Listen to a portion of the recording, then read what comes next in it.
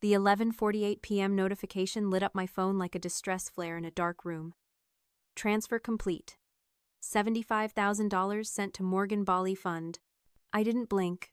I didn't gasp.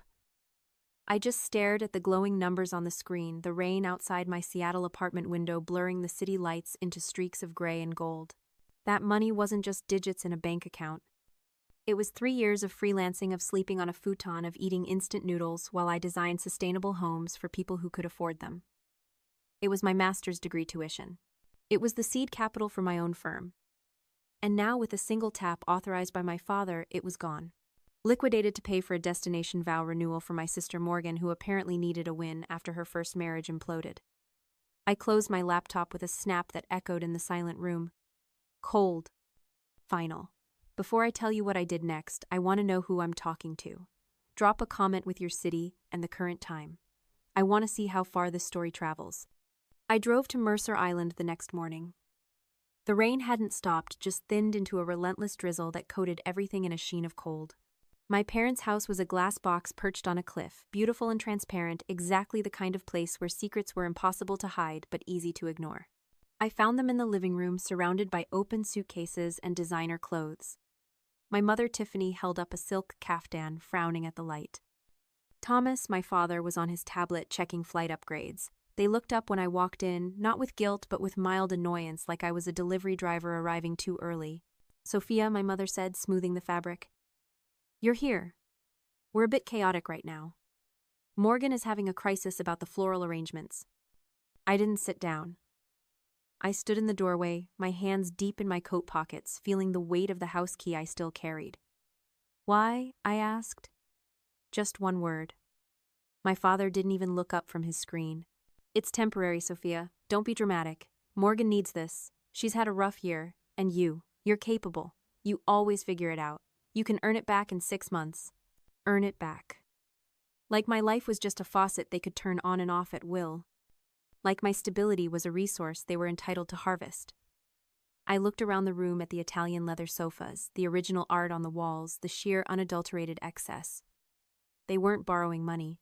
They were extracting value.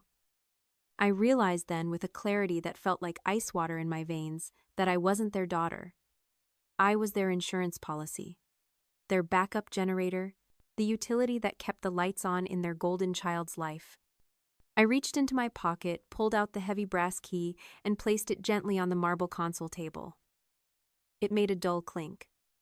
Then I took out my phone, opened the banking app, and deleted my father's access. I watched the little trash can icon spin and vanish. Done. "I'm not an asset class," I said, my voice steady, devoid of the tremor I felt inside.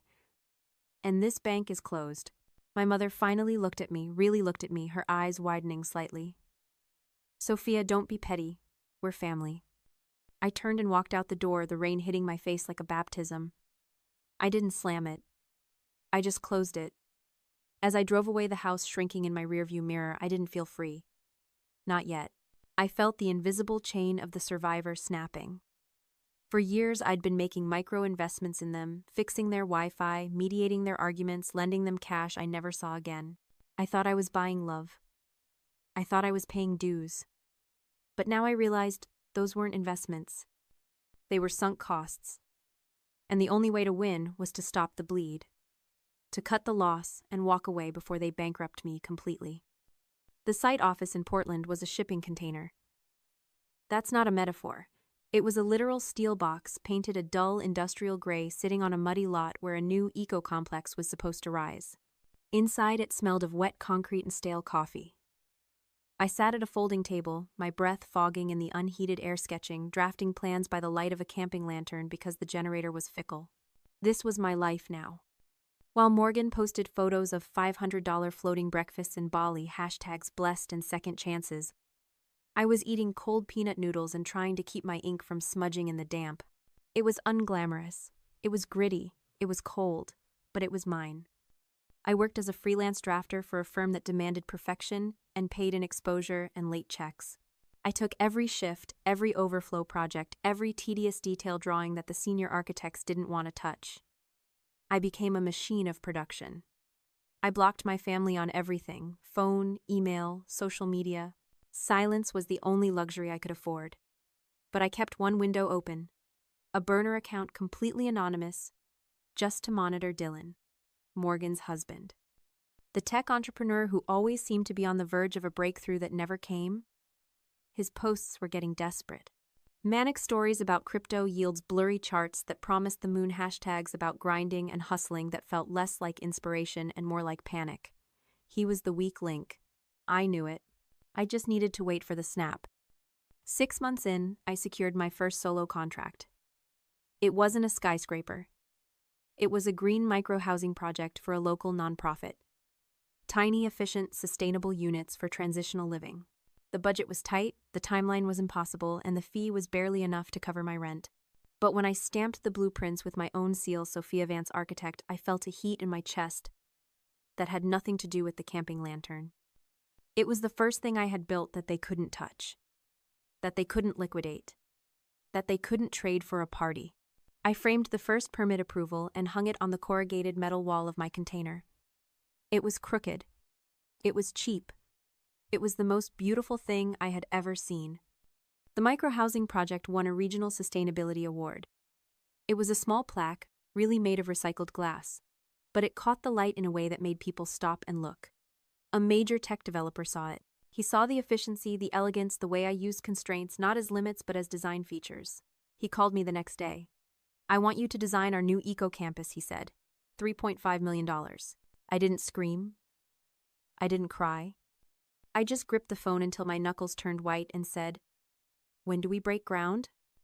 I incorporated my own firm that afternoon. Aura Architects, a name that suggested light atmosphere, something intangible but undeniable. I moved out of the shipping container and into a real office, a loft space with exposed brick and actual heating. I hired a junior drafter. I bought a proper desk chair. I started pouring the concrete foundation of my own life, one billable hour at a time. Meanwhile, the cracks in the family facade were starting to show. Dylan's tech startup wasn't just stalling, it was nosediving. His posts shifted from Lamborghinis to vague motivational quotes about resilience and haters. And then the text came. It arrived on a Tuesday afternoon via a neighbor's phone because I'd blocked everyone else. "Sophia, we need to talk. It's urgent. Please." My mother. I stared at the message, the familiar hook trying to catch in my gill. They didn't know about the award. They didn't know about the contract. They didn't know I was the CEO of my own firm. They only knew their own funds were drying up, and they needed their utility back online. I didn't reply. I didn't delete it. I just analyzed it. I dissected it like a structural failure. Why now? Why this tone? I realized then that they didn't love Morgan more than me. They didn't even like her more. They loved the image Morgan provided. She was the trophy, the shiny object that validated their vanity. I was the utility, the plumbing, the wiring, necessary but invisible, until it stopped working. They weren't reaching out because they missed their daughter. They were reaching out because the toilet was backing up and they didn't know how to fix it. This psychological autopsy killed the last shred of guilt I had. I wasn't abandoning them. I was simply refusing to be a plumber for a house that was already burning down. I put the phone away and went back to my drafting table. The golden ratio awaited. I hired a forensic accountant. Not because I was paranoid, but because I was thorough. If I was going to build an empire, I needed to make sure the ground beneath it wasn't poisoned. I needed to ensure my new assets were bulletproof, untouchable by any familial claim or debt.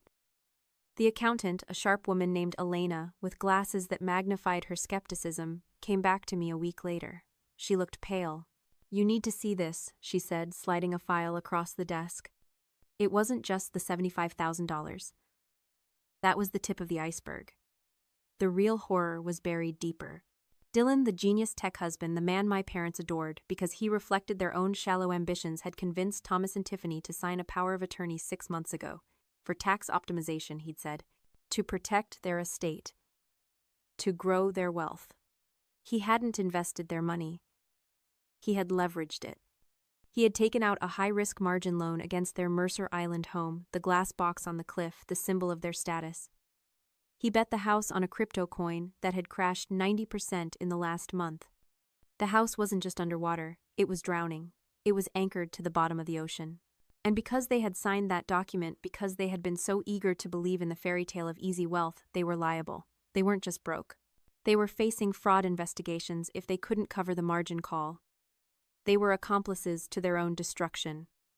I closed the file. The room was silent, save for the hum of the server rack in the corner. I felt a cold, hard knot in my stomach. Not pity, not fear, but the grim satisfaction of a structural engineer watching a bridge collapse exactly where she predicted it would. They had traded my future for a party, and now the bill had arrived. And it was staggering. The groundbreaking ceremony for the Eco Campus was a high-end affair. It wasn't just a construction site. It was a statement of intent. Investors in tailored suits mingled with city officials, press photographers adjusted their lenses, and a string quartet played something modern and sharp near the catering tent. I stood on the podium, the wind whipping my hair, feeling the vibrations of the heavy machinery waiting to dig. I was wearing a hard hat and a structured blazer, looking out at the crowd, feeling the weight of the moment. This wasn't just a project. It was validation.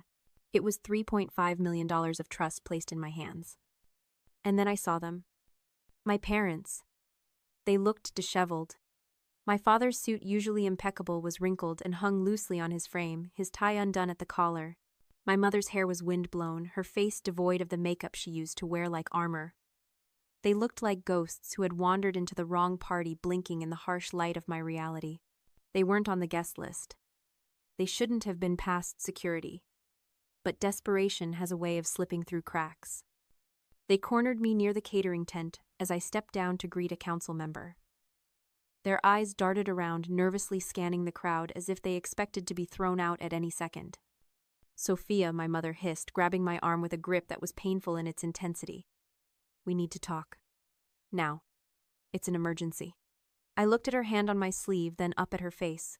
There was no recognition in her eyes. She didn't see the CEO of Aura Architects. She didn't see the woman who had just secured the city's biggest green contract. She saw the same thing she had always seen: a resource, a utility, a backup plan.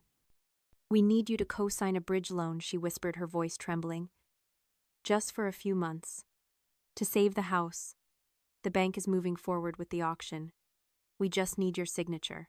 We know you're freelancing, we know it's tight, but if you have any credit..." I stared at them. They still thought I was struggling. They thought I was here as a guest or maybe a junior staffer fetching coffee. They didn't see the name on the banner behind me. Aura Architects. They didn't see the way the investors nodded at me. They were so consumed by their own drowning that they couldn't see the ship I was captaining. I pulled my arm away, brushing off her touch like it was ash. I didn't say a word. I stepped back onto the podium. I signaled the AV team. The lights dimmed. A massive three-dimensional holographic model of the Eco Tower shimmered into existence above us, rotating slowly, gleaming with light and promise. It was breathtaking. A vertical forest of glass and greenery, a testament to resilience and efficient design. "Ladies and gentlemen," I said into the microphone, my voice amplified, booming across the site and echoing off the nearby buildings. "This is the future. Fully funded. $3.5 million secured. And it starts today." The crowd erupted in applause. Flashbulbs popped. I looked down from the podium. My parents froze. Their mouths hung open. They stared at the hologram, then at the banner, then at me. The realization hit them like a physical blow. The daughter they had dismissed, the asset they had liquidated to fund a party, was the architect of this empire. I walked down the steps straight to them. The crowd parted for me. I pulled out my tablet, swiped to the foreclosure notice I had found in the public records the night before, and held it up to my father's face. The screen glowed with the details of their ruin. "I didn't build a bridge loan," I said, my voice, low lethal, meant only for their ears. "I built an empire. You're trespassing." My father reached out, his hand shaking, maybe to touch me, maybe to take the tablet. I stepped back. I signaled the security detail I had hired specifically for this possibility. "Remove them," I said. As they were escorted away, stumbling and looking back at me with a mixture of horror and awe, I didn't feel sad. I didn't feel guilty. I felt the same way I felt when I signed off on a demolition order for a condemned building. It was necessary work. You have to clear the rot before you can pour the foundation. I turned back to my investors, smiled, and picked up the golden shovel. It was time to break ground. The fallout was swift, brutal, and entirely structural. The foreclosure went through within the month. The glass house on Mercer Island, the stage for so much of their performance, was seized by the bank. I didn't attend the auction. I saw the notice online, a digital tombstone for their lifestyle. My parents moved into a rental condo in Bellevue. A beige box with thin walls and no view, the kind of place they used to sneer at when they drove past. Morgan, the golden child, who had never been asked to lift anything heavier than a champagne flute, was forced to get a job as a receptionist at a dental office to help pay the legal fees for Dylan. Dylan's tech empire dissolved the moment the forensic accountants started peeling back the layers. He was under investigation for securities fraud and wire fraud. The fairy tale had dissolved into litigation and bad debt. 6 months later, I stood on the unfinished top floor of the Eco Tower. The wind howled through the steel girders, a wild, living sound. The city of Seattle lay spread out below me, gray and wet and alive. Rain washed over the concrete, cleaning it, curing it. I wore my hard hat, not as a costume, but as a crown. I thought about the cost of my freedom. It had been high. It had been painful. There were nights I woke up missing the idea of a family, even if the reality had been toxic. But looking at the structure rising around me, knowing every beam, every bolt, every line was mine, I knew it was worth it. I realized then that I didn't burn them down. I didn't have to. I just stopped holding up the roof they were destroying from the inside. Gravity did the rest.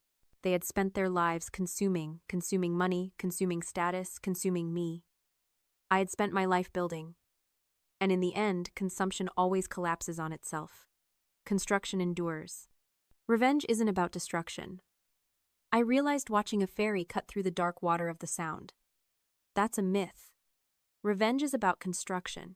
The best way to defeat those who tried to bury you isn't to dig them a grave. It's to grow so tall, so strong, so undeniable that they have to crane their necks just to see the bottom of your shoes. I was the planter of my own future. The harvest was just beginning.